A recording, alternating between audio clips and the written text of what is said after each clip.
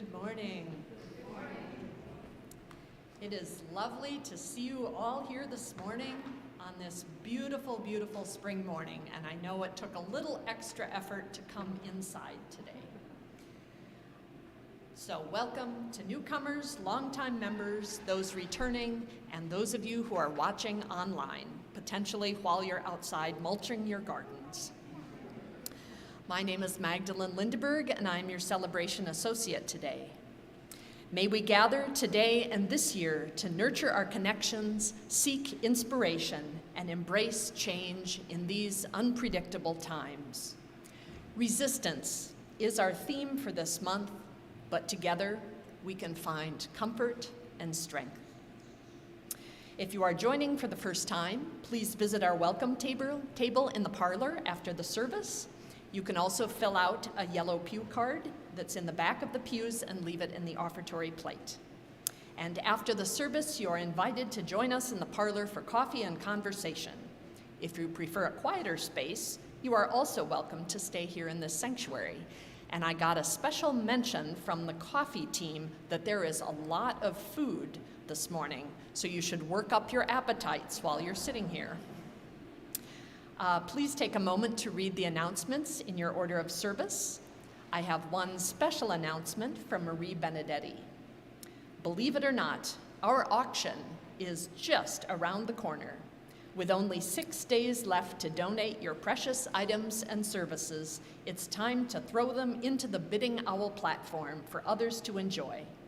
Final donation intake day is this Friday, April 21st. Thanks for supporting our beloved society and have great fun participating in the auction. See details by searching FUSIT Bidding Owl. And I'll just add that my family already has our loaves of bread and wall quilts submitted, which we have done for many years. Now, before we light the chalice, let's all take a moment to greet those around you.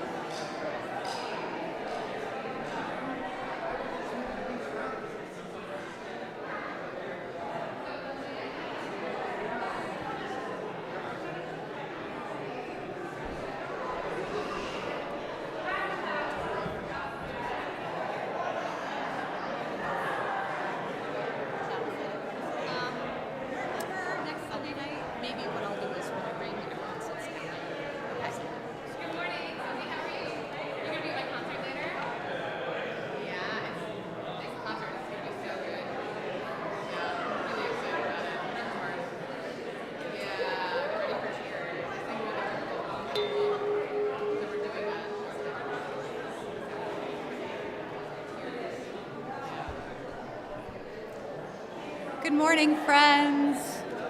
I'm gonna hit a little harder. They're settling down. They're settling down. Just a quick reminder, I know it's already on your calendars, but just in case it's not, next Sunday, April 23rd, is our next concert in the Beacon on Aurora concert series that we have started this year. Our artist is Julian Taylor. He should be fantastic. I highly recommend it. It is $20 at the door, but if you want to volunteer, come talk to me. I also need people to bake cookies for the reception, either midway or at the end. We haven't figured that part out yet. But Julian Taylor's coming from Canada. He's going to be great. Check out our website for Beacon on Aurora. You can find more information, or find me after the service and ask me. Thanks. Our chalice this morning will be lit by Guthrie Graves, who is doing many, many jobs this morning.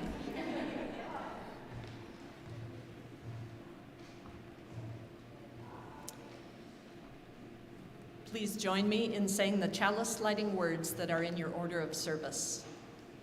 We light this chalice for the warmth of love the light of truth, and the energy of action.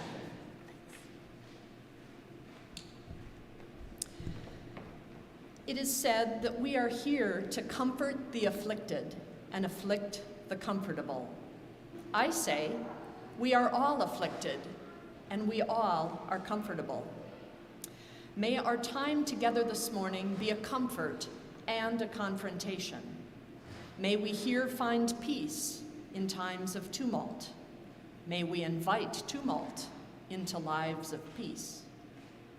May we here find calm in times of restlessness, and may we allow restlessness to evolve into action. Let this be the place you consider what you've never considered before. And let this be the place you imagine for yourself as something new and unthinkable. May this hour bring dreams of new ways of being in the world.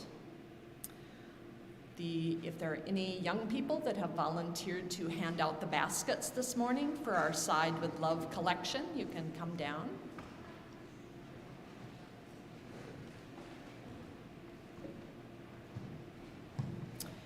And please join me in singing. You can rise in body or in spirit to sing 1017, Building a New Way.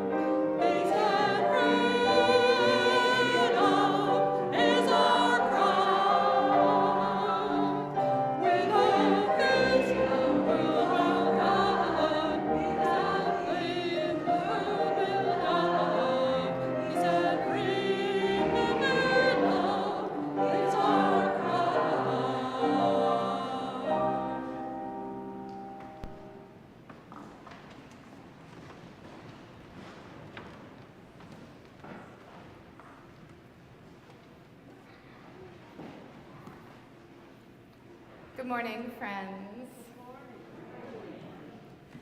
Now is the time that I would like to invite anyone who would like to come up and join us for our Time for Wonder to come and have a seat on the steps.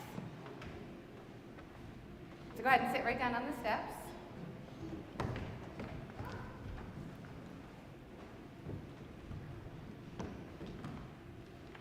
Hi, friends. Who hasn't had a chance to open up our Wonder Box yet? I feel like last week, Waldo, you were like, I did not have a chance, so I'm going to say, go ahead and open it up and tell me what's in there. Can you get it? Can I help you bring it down so you can see what's in there? Yeah. Woo. Here, can we put it right here? Woo. What you got? Lego. All right, can you be a helper, Waldo, and can you make sure everyone has 2 Legos for me? 2 Legos? I got this too. I'm gonna put up here. Can I have 2? What do you think? Any colors are okay with me, Waldo. Thanks. All right, so Legos, as you all well know, are an incredible building toy. Friends, what have you made out of Legos before? Cars. A lightning cat. A lightning cat. Okay. Buildings. What did you make? Hogwarts.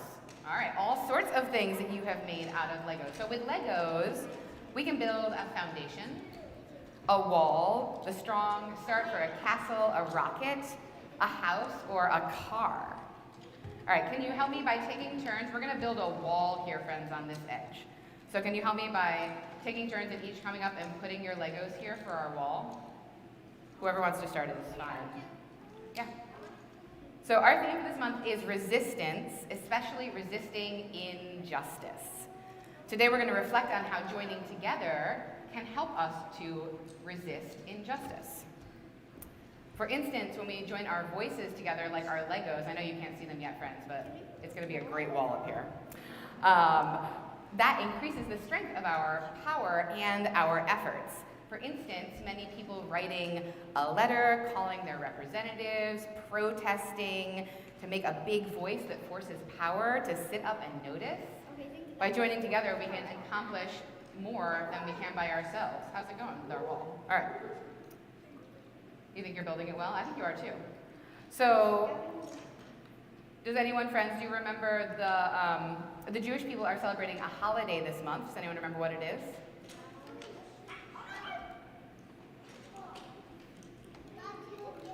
Anyone remember what the Jewish holiday is that we're celebrating this month? With a P. Oh, you got it! That's right, it's Passover. Oh, this is awesome, kids. All right, you're all going to get to see it in a minute. So Passover celebrates the story of how the enslaved Jewish people long ago in Egypt joined together to escape from the Pharaoh. So they were led by Moses, and Moses said to the Pharaoh, if you don't let the Jewish people go, God is going to send 10 plagues. So the Pharaoh didn't let the people go, but after the 10 plagues, finally the Pharaoh gave up and he said, all right. So then the enslaved Jewish people fled across the Red Sea to find their new home. The long journey would have been too scary to do by themselves. Did you get a chance, friends? All right. So here we go. How did we do this morning? Yeah. No, it's perfect, and you made it symmetrical, which is one of those things that makes me a little crazy. So this is just a reminder that when we join together, we can help each other have the courage to resist bad things that happen to people. When we work together, there's solidarity and power, just like our wall of Legos here. Yeah, Cora. You see the Ukrainian flag in the middle. That's so beautiful. Thank you, friends. Yeah, right here. Yeah, when we come together in solidarity, we can help to resist. I hope that we all can find ways to continue to join together to help us create a more just and sustainable world. I'm going to invite any parents or caregivers in the room who have not had a chance yet to sign your young people into our RE program. Did you have a question really quick? Sorry. Go ahead. No, you just, okay. Are you ready to go? Is that what you're trying to tell me? Yeah, you're ready to go upstairs. I'm going to invite you parents or caregivers who have not signed in to meet Madeline and I in the parlor. If you open up your hymnals, we have a new children's processional that's called a Children's Blessing. So I invite everyone else to sing us on our way this morning. I'm gonna, here friends, you wanna take this with us upstairs? So you're going to look in your hymnal right in the back. See the back? Okay.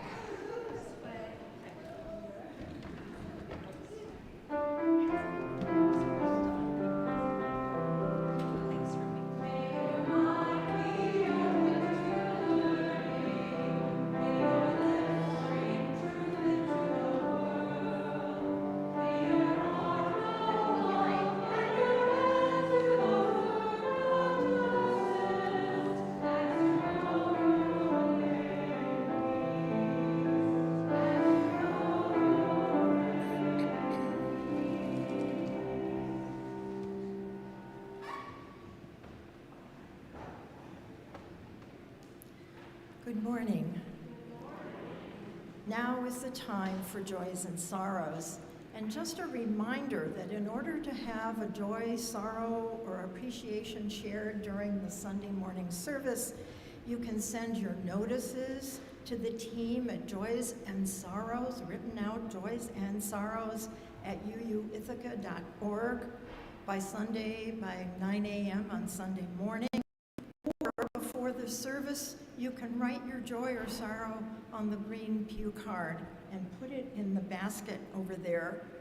When considering what is shared in joys and sorrows and appreciations, please note these services are live streamed and available to the public on the YouTube channel. In a spirit of reverence, love, and care, we take time now to witness and honor the joys, sorrows, and appreciations of our community. We share those events that call for our prayers and support, our praise and celebration. I'm going to begin with the sorrow. Last Sunday, April 9th, Rebecca Elgie passed away peacefully in the care of her two daughters. Rebecca was a longtime FUSIT and Social Justice Council member and dedicated activist fighting for single-payer health care. Her daughter Christine said the best way we can honor Rebecca is to continue her work. Further details for a celebration of Rebecca's life will be announced soon. Then I have an appreciation from Kathy Hopkins. We have new lower coat hooks in the garden entrance foyer. Thanks to Amelia Hobbich for the idea and to Sarah Catterall and maybe Dick Kurtz for the implementation. Two appreciations from Teresa O'Connor. I would like to recognize Nancy Dolge for her work on writing and editing a memorial service policy that was really needed for our ongoing service to the community. And a second one from Therese. I would like to thank Fred Balfour for being the indefatigable champion of the hospitality team system, along with his helpers, Andy Turner, Jack Zinda, and Cheryl Botts. Fred has walked with that hospitality team's banner held high for months. So thank you, Fred. Now let us bring into this community and space of healing and hope those for whom we have concerns, those that we are holding in our thoughts, our hearts, our prayers. Let us call these names out loud right now.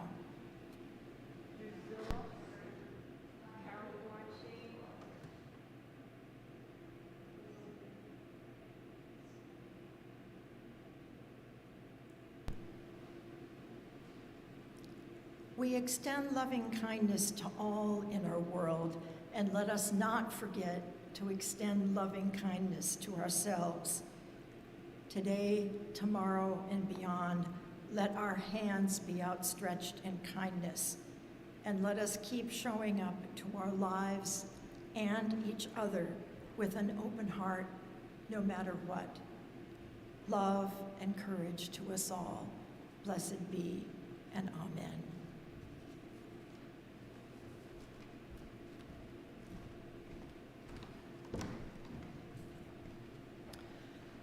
From the author, Bob Bresney. Your uprising against the forces of opposition has got to do more than just saying no. A fierce, primal yes should be at the heart of your crusade. And a second reading. Once a reporter asked the minister and pacifist, A.J. Must, "Do you really think you are going to change the policies of this country by standing out here alone at night in front of the White House with a candle?" Must replied, "Oh, I don't do this to change the country. I do this so the country won't change me."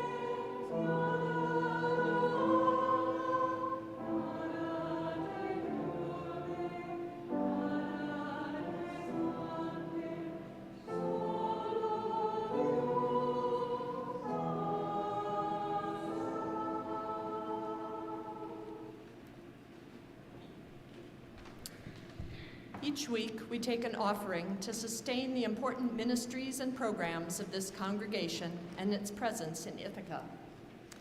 Giving to the plate is important. It's a symbol of our gratitude for this service and our ongoing commitment to support the work of this church. For those watching remotely, instructions for giving using your phone or computer will appear on your screen during the offertory music and in the information below the live stream image on YouTube. For those attending in person, our ushers will pass the plate.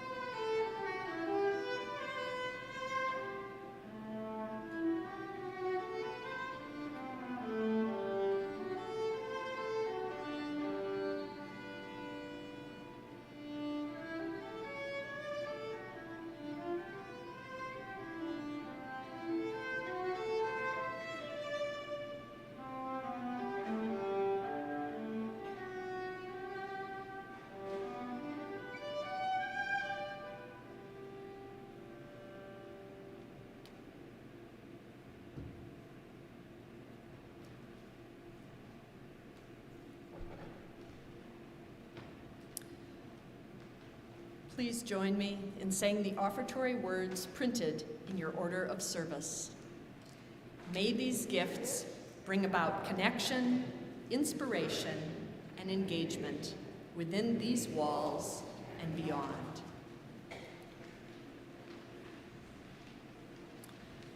Today's reading is The Low Road by Marge Piercy. What can they do to you? Whatever they want. They can set you up, they can bust you, they can break you, they can burn your brain and blur you with drugs till you can't walk, can't remember. They can take your child, wall up your lover. They can do anything you can't stop them from doing. How can you stop them? Alone, you can fight. You can refuse. You can take what revenge you can, but they roll over you. But two people fighting, back to back, can cut through a mob, a snake dancing file can break a cordon, an army can meet an army. Two people can keep each other sane, can give support, conviction, love, massage, hope, sex. Three people are a delegation, a committee, a wedge. With four, you can play bridge and start an organization. With six, you can rent a whole house. You can eat pie for dinner with no seconds. You can hold a fundraising party. A dozen make a demonstration. 100 fill a hall. 1,000 have solidarity and your own newsletter. 10,000 power and your own paper. 100,000 your own media. 10 million your own country. It goes on one at a time, and it starts when you care to act. It starts when you do it again and they said no. It starts when you say we and know who you mean. And each day you mean one more. It is my great pleasure to introduce Phoebe Brown. Phoebe is known to many of you and has spoken here before. She is a longtime community activist in Ithaca.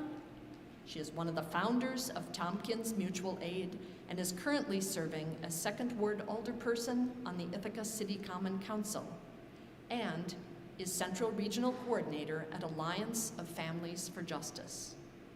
In 2016, she was the recipient of the Community Foundation Women's Fund Lisa Holmberg Award for community service in support of women, and she is the recipient of many other accolades. So welcome, Phoebe.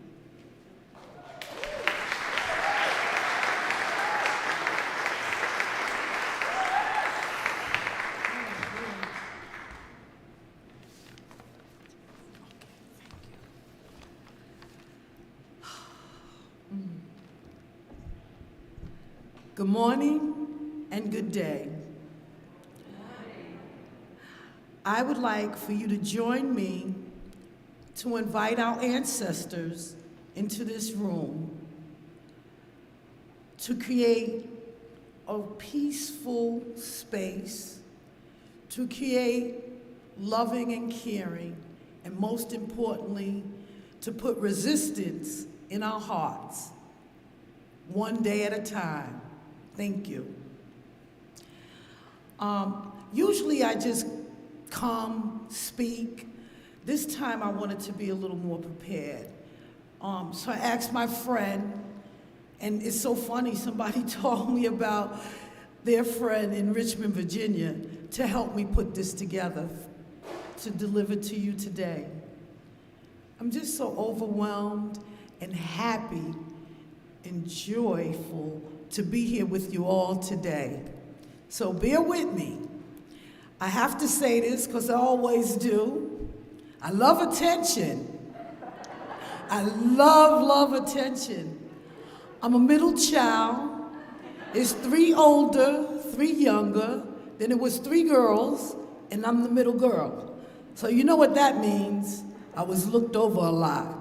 So now that I can demand attention, here I am. I'm Phoebe Brown.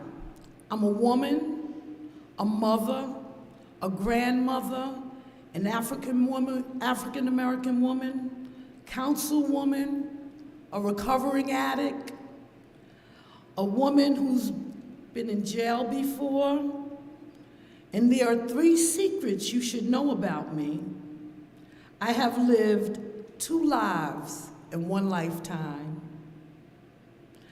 I have learned and I've lived more. Thank you for the opportunity to meet and share with you. We are what we've been waiting for, what the world has been waiting for. So thank you in joining me in resistance. I was given this subject, resistance, so I'm going to expound by definition. Resistance is the means of resisting, the power or the capacity to resist.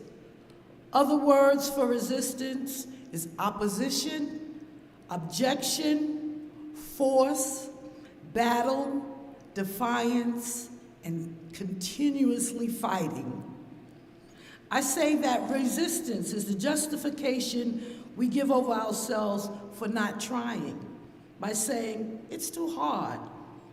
Resistance causes us to fear all that could go wrong and not give thought to what could go right. Resistance is the force that polarizes communities and negates the value of marginalized people and perpetuates the isms. By that, I mean racism, sexism, classism, transphobiaism. Within our day-to-day experience, most of us travel the path of least resistance. We stay within our subgroups and cultures. We don't forge relationships with persons of different backgrounds, ethnicities, religions, and etc. It is by doing so we would somehow betray our ancestors. For generation, everyone takes comfort in sticking with your own kind or kin. There's been instances where young people, while attending college, they form relationships, persons of different colors. For an example, a young Jewish male fancies a young black woman. They are attracted to each other, ideas, intellects, mind, body. The young man can't wait to share his love with his family. His family is awkwardly cordial. His family can't wait to speak to him when she leaves. And when she's not around, as soon as they get a chance to ask, they ask, why can't you find a Jewish girl? The guy gives into family pressure. That is the way it's always been, but that doesn't mean that's the way it has to be. Classic example is traveling road of least resistance. Human beings are entrenched with traditions. Baptists worships with Baptists, blacks fellowship with blacks, Republicans entertain Republicans. Instead of fighting for human rights, we fight for subgroups. Example, Black Lives Matter, same-sex marriage, etc. I dare say we stop resisting the notion of equality for human rights. There would be no subjects starting with today. We are who we've been waiting for. Resistance is a barrier, a force, a deterrent, even a mindset. Okay.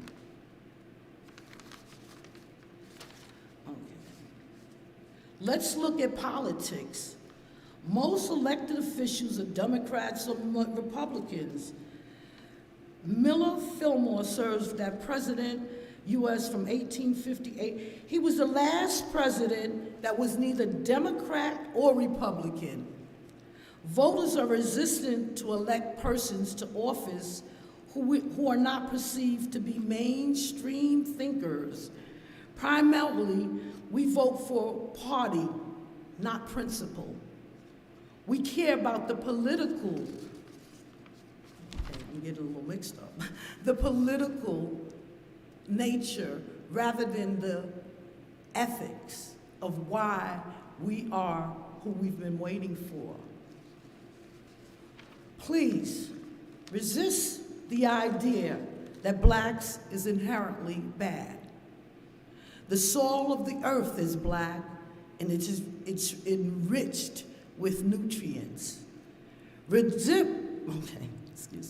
Resist the temptation to judge by color and not character. Think of a quilt. All colors contribute to its beauty. Resist the spiritual construct purporting one religion superior overall. Religion is not one size that fits all. Allow others to embrace theirs. Resist the urge to settle disputes and differences with violence. Violence doesn't require any thought at all. Resist the practice of placing political party affiliations over principles. Resist that shiftlessness is the root cause of homelessness. A mere paycheck separates us from being homeless. I've done them all. So with that, I don't know how much time. Okay, I see it now. But in closing, I'd like to say, traveling the path of least resistance is based on the fears of all that could go wrong. I encourage you to focus on all things that could go right. Remember, the easiest way is not necessarily the best way in life. You will face many challenges. Somehow, we have gotten things twisted. We believe that challenges make things less appealing. Please don't be afraid of challenges. Challenges make it all worthwhile. Resisting negative attributes that keep our community polarized might seem insurmountable. It is not. Let's do it one day at a time, one person at a time. The time is now. After all, we are who we've been waiting for, and the world's been waiting for. Resistance is not a one-time act. It is repeat performance, because we are who we have been waiting for. I just have to tell you, sometimes we have to get out of our comfort zones, and sometimes we're forced out of our comfort zones. I tell a lot of people it's no shame in this piece because it's made me grow into something so beautiful, as you can see. What happened for me is I came to Ithaca, right? Because I was destroying my life through using drugs. And I had a friend living here who said, come to Ithaca. I said, who, what? But I was in a lot of pain and I wanted to try anything. And I thought if I came to Ithaca that I'd stop using drugs, not realizing that it was inner work that I needed to do. I got to Ithaca, right? And lo and behold, I didn't know what I was getting into. But what I did learn about myself is that what is that? Moving around does not change you or change your situations. It's inner work that does. I've been able to do some really deep work. I've been clean now 25 years.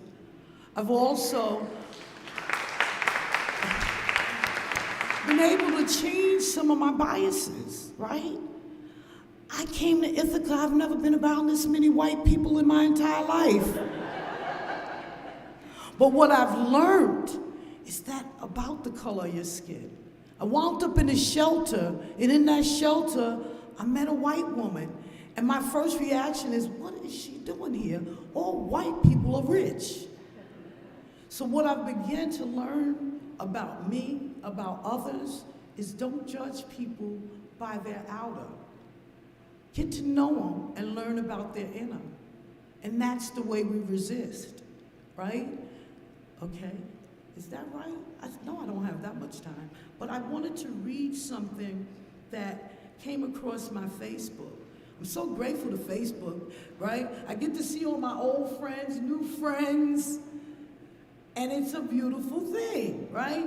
But a young man that I've done some work with in the past wrote something about resistance. And I'm like, the universe sent this message to me, so I want to share it with you. And of course, all right, his name is Dubian.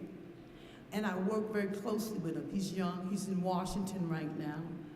And what he does is he teaches on weekends, right, about systemic racism and different things. And this is what I saw, and I wanted to share it with you.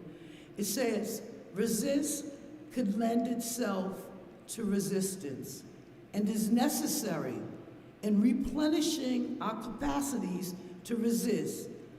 But I am very wary of calling rest revolutionary or resistance itself.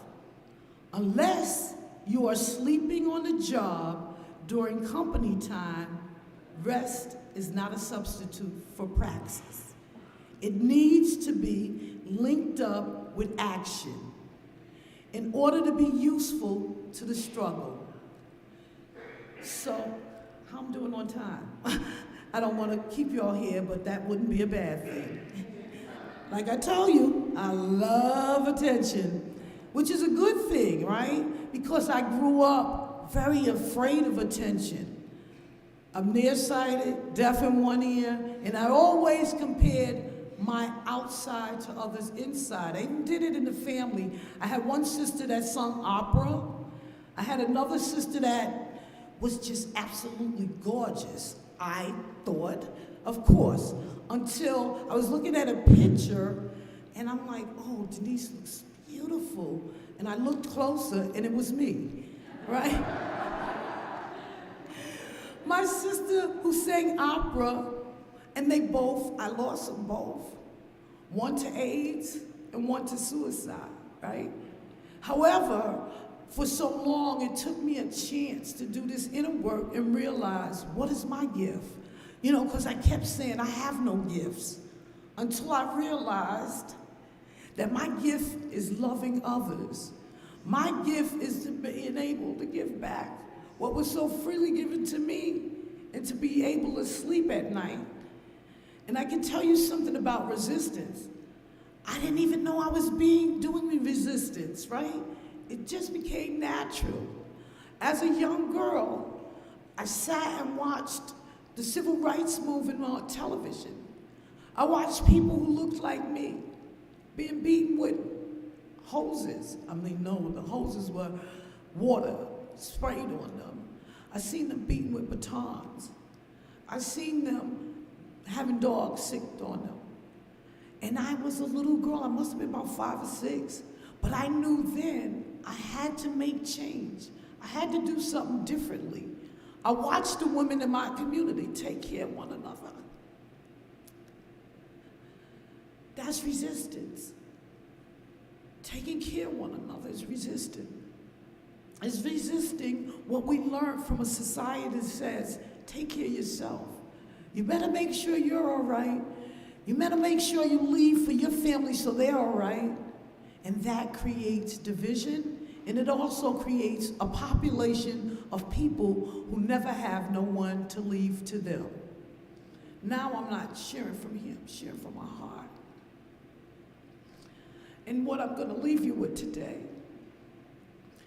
if you have not had an opportunity to put yourself in places where you're uncomfortable, do it. It's the most beautiful thing can happen to you. Like I said, I was never this comfortable about so many white people, right? But creating groups that invited all of us to get together taught me that this work cannot happen unless we're doing it together. No movement could move without us moving together. No movement have ever been able to move without every movement moving together. It's like a clock, y'all. If one hand breaks, they all stop, right? So I ask you today, before I leave this podium, it's hard for me to leave because I love the attention. But before I leave you today, I ask you from my heart to yours, find someone less fortunate, find someone more fortunate, have a conversation with them, break bread with them, and not in your space, go to their spaces. You can't begin to build relationships until you share spaces with one another. And that, for me, has been my biggest gift. My biggest gift. Who would have thought coming to Ithaca that I would become who I am today? Only because I took risk. And you should do the same. So before I leave, I tell you, without any doubt at all, we are who the world has been waiting for. I'll do my part, and I challenge you to do yours. Thank you.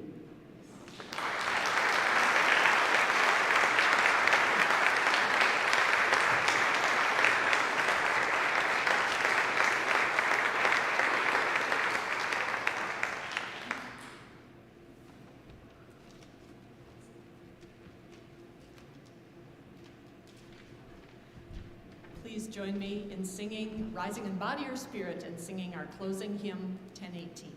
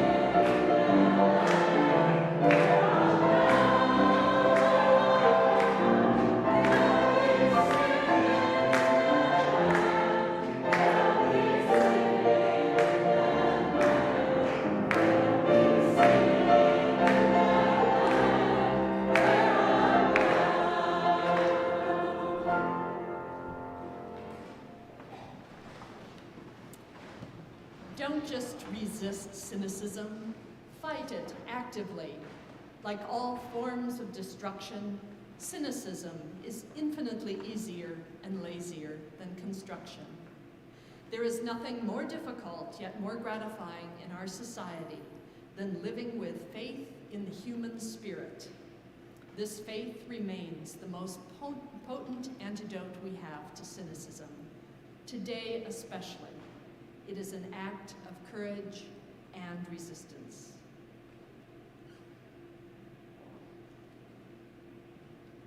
We extinguish this flame, but not the light of truth, the warmth of community, or the fire of commitment. These we carry in our hearts until we are together again.